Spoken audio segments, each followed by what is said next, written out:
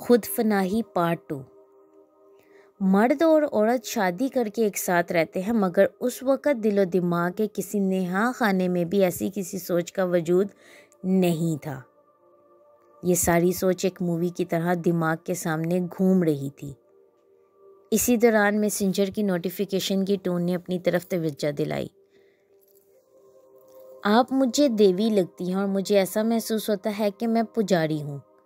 اس message نے دل کے تلاتوں میں مزید ہیجان برپا کر دیا۔ میں بھی ایسا ہی سوچ رہی ہوں، آپ دیوتا لگتے ہیں۔ چلیں چینج کر لیں، ڈنر سے قبل لابی میں ملتے ہیں۔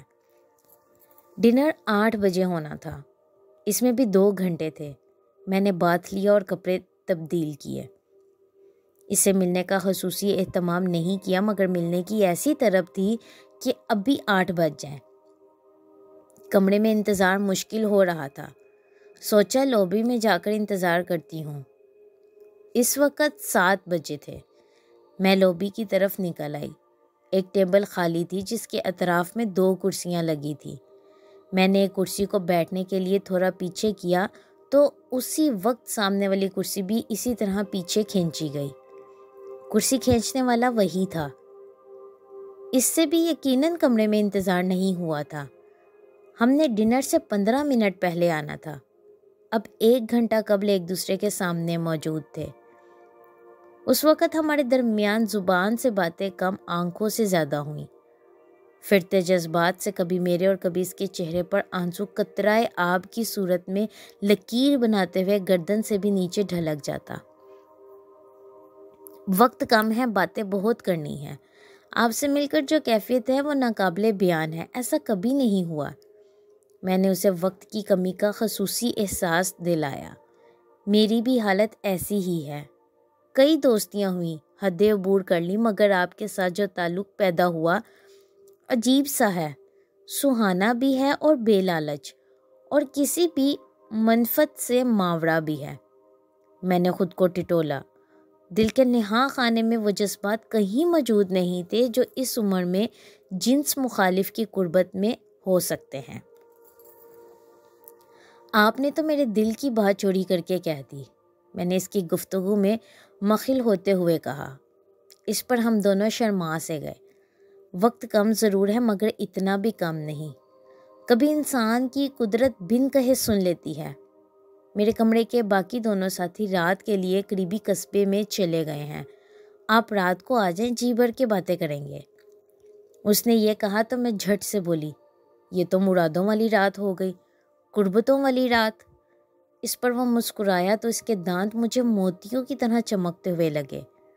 دل کیا اس کے مسکراتے لبوں پر اپنے ہونٹ رکھ دوں۔ اس کے ساتھ میں جس طرح خود کو ملوث پاتی تھی، اس کے ساتھ رات گزارنے میں کوئی حرج نہیں تھا۔ وہ جذبات ہی نہیں تھے جو ایک لڑکی کے لڑکے کے لیے ہو سکتے ہیں۔ رات کو پھر ملنا تھا، اس لیے لابی سے ہم اپنے اپنے کمرے میں آ گئے۔ رات 10 بجے مجھے اس کے کمرے میں جانا تھا۔ وہاں کب تک رکنا تھا یہ وہاں کے حالات اور ملاقات پر منحصر تھا۔ میں اپنی سوچوں اور خیالوں میں کبھی اس کے کندھے سے کندھا لگا کر کھڑی تھی، کبھی اس کا سر میرے کندھے پر ٹکا محسوس ہوتا، کبھی اس کے گلے مل رہی تھی۔ اس دوران میرے وہی جذبات ہوں گے جو 3-4 سالہ ننھے منھے بچے کے لیے ہوتے ہیں۔ میں ایسے بچے کو اٹھاتی ہوں، گلے لگاتی ہوں، کس کرتی ہوں۔ یہ خالص بے عیب اور بے لالچ چاہت ہے۔ جدید دور میں نوجوان کس طرح زندگی گزارتے ہیں کسی کو اعتراض نہیں۔ ہوٹل میں بھی کوئی کیا کرتا ہے کوئی نوٹس نہیں لیتا، سب اپنی اپنی زندگی میں مگن رہتے ہیں۔ رات 10 بجے میں اپنی نائٹی میں اس کے کمرے کی طرف چل دی۔ ملاقات کا کوئی اشتیاق تھا۔ سر جی آپ سن رہے ہیں نا؟ اس لڑکی نے اپنی داستان حسرت و مروت سناتے ہوئے مجھے مخاطب کیا تو میں نے کسی بھی تاثر کے بغیر ہاں میں سر کو جنبش دیتے ہوئے کہا، کیوں نہیں؟ میرے ہاں میں سر ہلانا پر اس نے اپنی کہانی کو آگے بڑھایا۔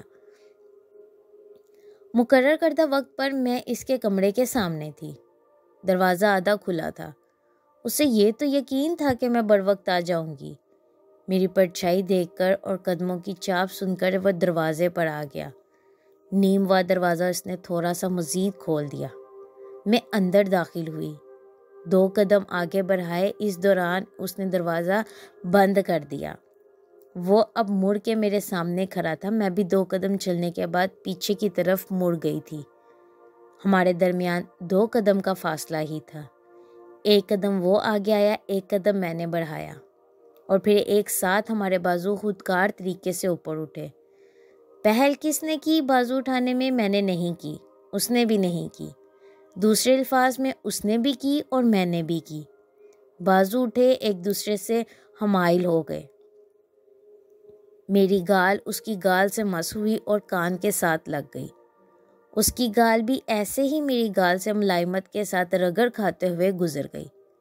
میرا دایاں اور اس کا بایاں رخسار تھا۔ ہم اب ایک دوسرے کے ساتھ اس طرح لپٹے تھے کہ درمیان میں ہوا تو کیا روشنی کا گزر بھی ممکن نہیں تھا۔ سر جی، ہماری کیا کیفیت ہوگی اس وقت؟ اس نے داستان سناتے سناتے ایک بار پھر مجھے مخاطب کیا۔ آگے بولیں، میں سن رہا ہوں، میں نے مختصر سا جواب دیا۔ ہم ایک دوسرے میں پیوست تھے۔ اس نے ٹراؤزر شرٹ پہنا ہوا تھا، یہ شاید اس کی شب خوابی کا لباس تھا۔